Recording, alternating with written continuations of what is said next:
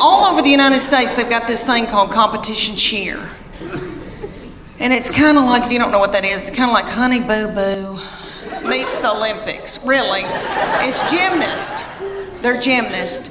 And there's one in Knoxville called the Sharks.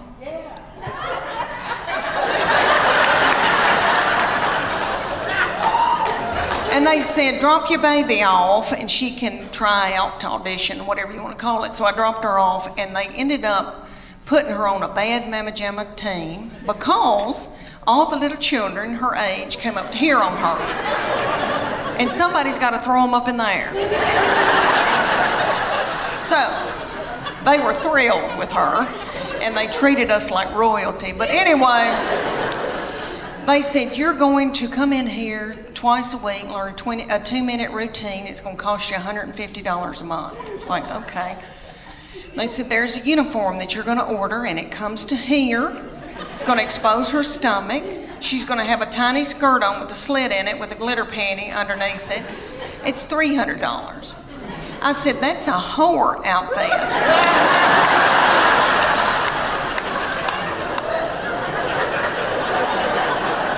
And it came with its own bag of whore makeup. So that all the little children could look alike. And they said, y'all are gonna travel to faraway lands and compete against other little whore children.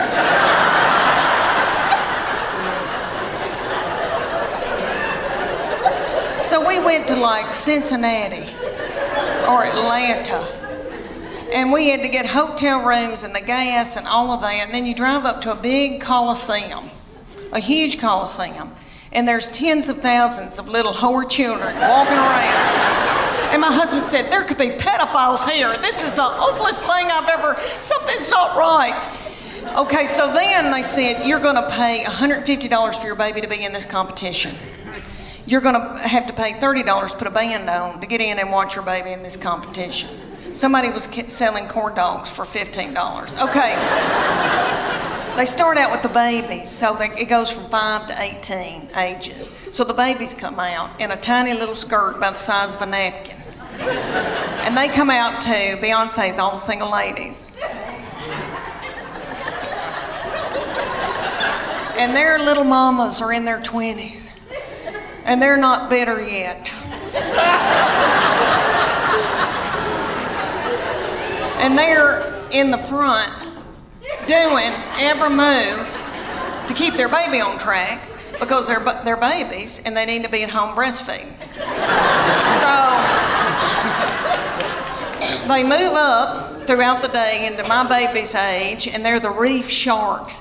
They call out that name, honey, for 2.5 minutes. My baby throws little children up in the air, flinging little children, broken out in a sweat, working like a Trojan. Did you see my Spanx? Okay, all right. One of my girls said I look like Miley Cyrus in the Wrecking Ball in my Spanx. But anyway, so she throws these little children up. The little children she's throwing up in the air are the flyers. They call them the flyers. And they're freakishly tiny little children. I don't know where these people come from. Their mamas are freakishly tiny. I mean, I come from big people. I've got thick ankles. I can work in the fields. And the whole time she's throwing them in there, these little girls are going.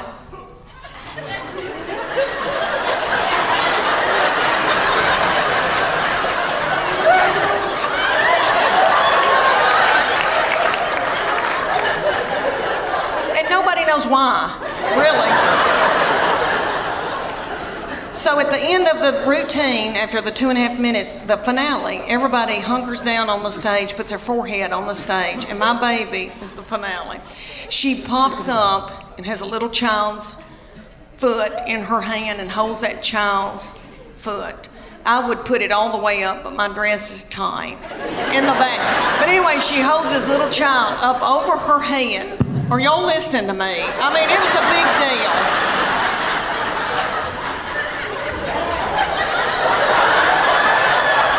I mean, could Could you hold her up over your head or vice versa? I mean, you know, it's a big deal.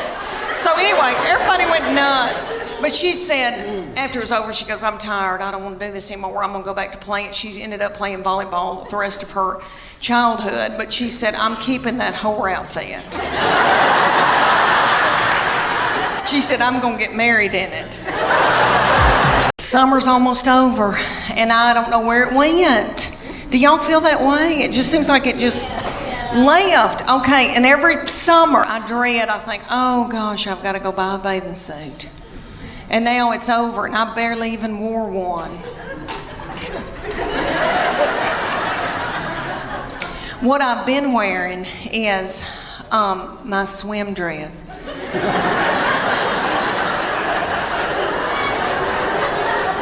Because my life is over. I did a show for a bunch of women, and one of the women came up and she said, you know, you ought to go to Sears and get you a swim dress in the Land's End department. And I thought, should this hurt my feelings?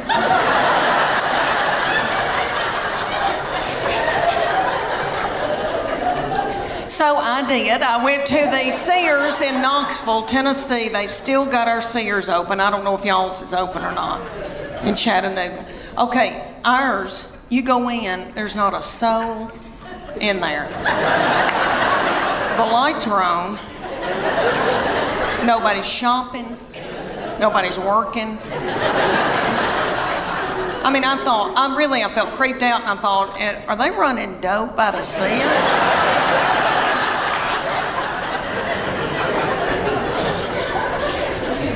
So I bought me a Land's End swim dress, and I gotta tell y'all, I'm beautiful in it. Okay. It gathers in right here where my hernia mesh is. And it shows my arms that I still have, because they're my daddy's. Jimmy Fletcher, I've still got his arms. Okay, I've still got my collarbones, praise God. And then it covers up the white flour and the sugar. So I just get a spray tan and I'm good. Well, for years, I was in torment wearing a miracle suit. I don't know if any of y'all have bought a miracle suit before. I know they've got them at y'all's Belk. I know they got them. And there's gonna be a big gob of them hanging together, because they have hundreds of them. And I wore one year. I felt so desperate after I couldn't wear a bikini anymore. I wore a lavender one in Hawaii, and my husband and I went, and they took this scuba video of us scuba diving, and I popped that video in from Maui, and I thought, oh, I can't wait, and this like big lavender thing goes by, and I'm like, what is that?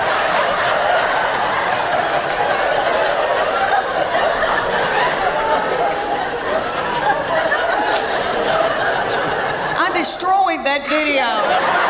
It's awful. But anyway, so I get this miracle suit. They're at y'all's Belk, and it's got a big sign that says lose 10 pounds in 10 minutes. Miracle suit. You do, because you sweat yourself to death trying to get it on. Because it's got a girdle in it. The girdle's right through here, because it's a one piece. So the girdle's right through here. It smooths you out real pretty through here, because it squeezes your fat out in every other hole.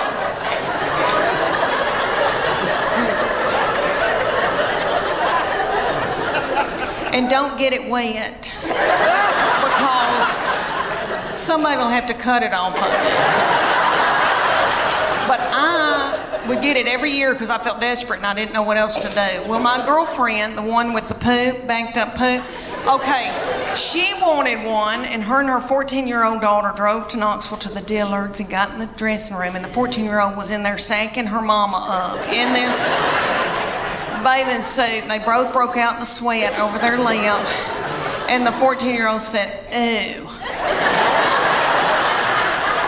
Mom. Gross. Let's put it back and get out of here." She said, "I can't. I've got to buy it. I just peed in it." All right, let me tell you. that my boy,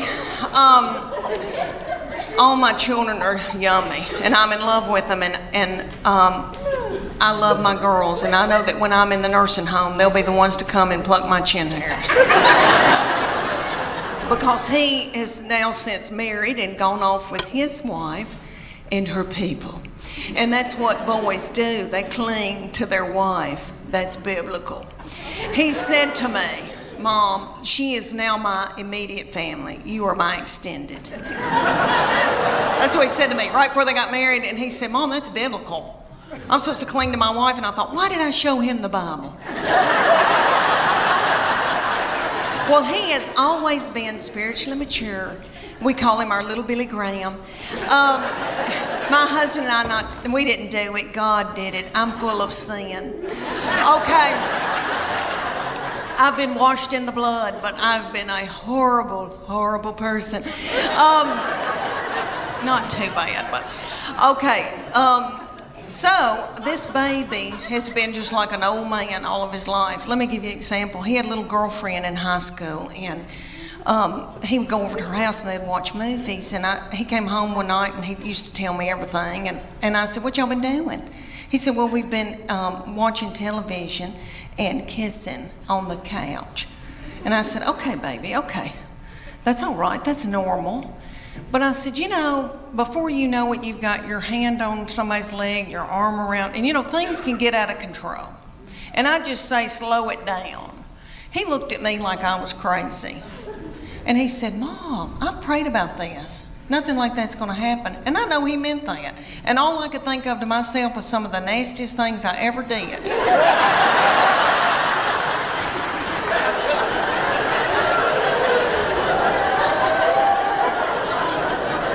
Was at the Adams United Methodist Youth Fellowship on a hayride. I don't know what it was about hay that set me on fire. I wish it did now, because I could get a new purse out of that. Okay, y'all, have you ever heard of lock-in? I know everybody in here that has been from Chattanooga has probably been raised in church. Okay, I don't know who that little darling, sweet fool was that came up with the lock-in. Some probably a little woman in a committee meeting. And she probably said, oh gosh, y'all, let's come up with something for all the hormonal teenagers.